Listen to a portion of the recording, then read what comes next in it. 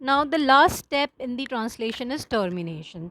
Now protein synthesis will terminate whenever the ribosome translocates to a termination codon, and we know that there are three termination codons which are known in the genetic code dictionary. Now there are no tRNA. Why it will terminate? Because there are no tRNAs which have an anticodon complementary to the termination codon. So no tRNA will come and enter the A site when the termination codon is encountered. So what will happen is the protein synthesis will stop. Now, instead, because the protein synthesis stops, there are certain factors or proteins called release factors which come and join the ribosome.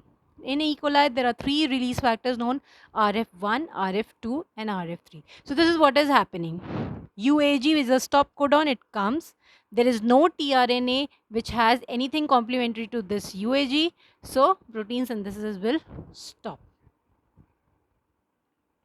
Now, these release factor, what are their functions? This release factor RF1, it binds to the termination codon itself.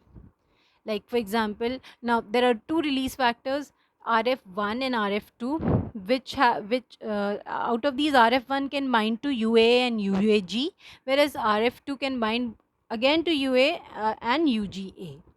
Now, binding of these release factors to to A site of the ribosome promotes the cleavage of tRNA in the P site from the polypeptide chain. As soon as these release factors come and bind to these stop codons here, there is a cleaving of bond between the polypeptide chain and the tRNA which was present at the P site.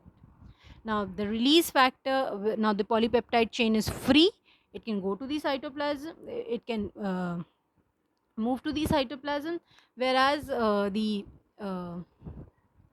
release factor 3 comes and binds to the ribosome and forms a complex with GTP. This binding brings a conformational change in the ribosome such that the RF1 and RF2 are released from the A site, and this causes tRNA in the P site to move to the E site. In the process, and GTP is hydrolyzed to GDP. So this is how the translation ends whenever a stop codon is encountered.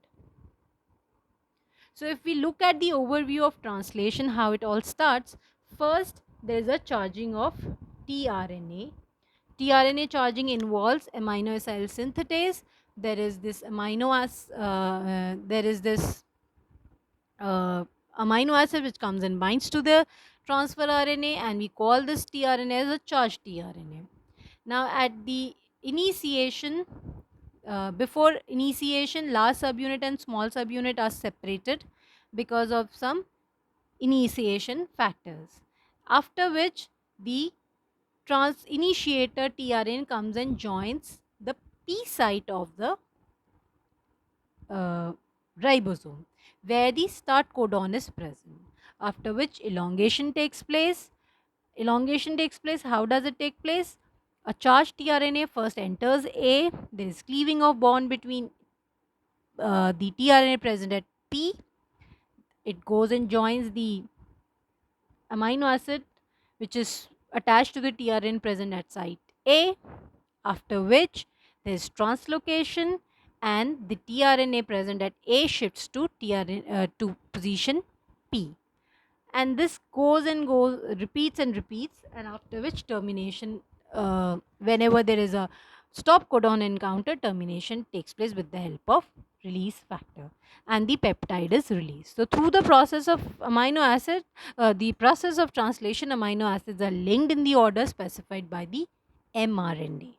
So there is a very systematic process going on here where there is a sequence present in the mRNA which is decoded in the form of a sequence of the amino acid of a protein. So this particular table kinds of give you a overview of what are the components which are required for protein synthesis in bacterial cells.